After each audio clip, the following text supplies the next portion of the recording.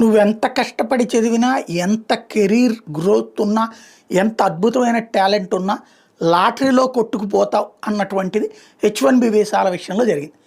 H1B visa అంటే ఏంటి? అమెరికాలో మన దగ్గర ఉన్న టాలెంట్‌కి తగినటువంటి ఉద్యోగాలు ఇచ్చేటటువంటి సంస్థలు మనల్ని ఎంపిక చేసుకోవడం. అయితే వాళ్ళు ఎంపిక చేసుకున్న అందరికీ H1B వీసాలు రావు.